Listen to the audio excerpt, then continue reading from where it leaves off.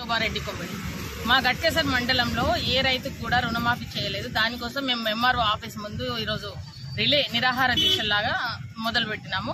దానికి కొంచెం పోలీసు వాళ్ళు కూడా పర్మిషన్ ఇవ్వట్లేదు, సతాయిస్తున్నారు. అయినా కూడా మేము రుణమాఫీ మా మండలం అమలు అయ్యే వరకు, మాకు రుణమాఫీ ఇచ్చే వరకు మేము ఈ దీక్షలు విరమించేది లేదు. ఎంతవరకైనా సరే వెళ్తాము.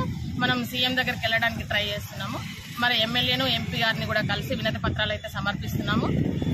ఈ మా మండలంలో ప్రతి ఒక్క రైతుకు ఎవరైతే తీసుకున్నారో వాళ్ళకి 2 లక్షలు తీసుకుంటే వాళ్ళకి 4 లక్షలు అయినాయి, కానీ ఇంతవరకు రుణమాఫీ కాలేదు. మరి ఇంత రైతులను గోసబెట్టే ప్రభుత్వం ఏం ప్రభుత్వం అంటారు? గద్దెనెక్కే వరకేమే నేను అన్ని చేస్తాను, అన్ని హామీలు ఇస్తాము, గద్దెనెక్కిన తర్వాత మమ్మల్ని మర్చిపోతే ఎట్లా? రైతు కంట్లో కన్నీరు చూడకూడదండి. కంపల్సరీ మీరు రైతుకి రుణమాఫీ చేసి తీరాల్సిందేగా మొదటిసారిగా విజ్ఞప్తి చేస్తున్నాం. జై జవాన్ జై కిసాన్. ఎలక్షన్లకు వెళ్ళినప్పుడు రైతులకు 2 లక్షల లోపు రుణమాఫీ చేస్తానని చెప్పి ఎలక్షన్లకు వెళ్ళినటువంటి రాజకీయ పార్టీలు అధికారంలోకి వచ్చిన తర్వాత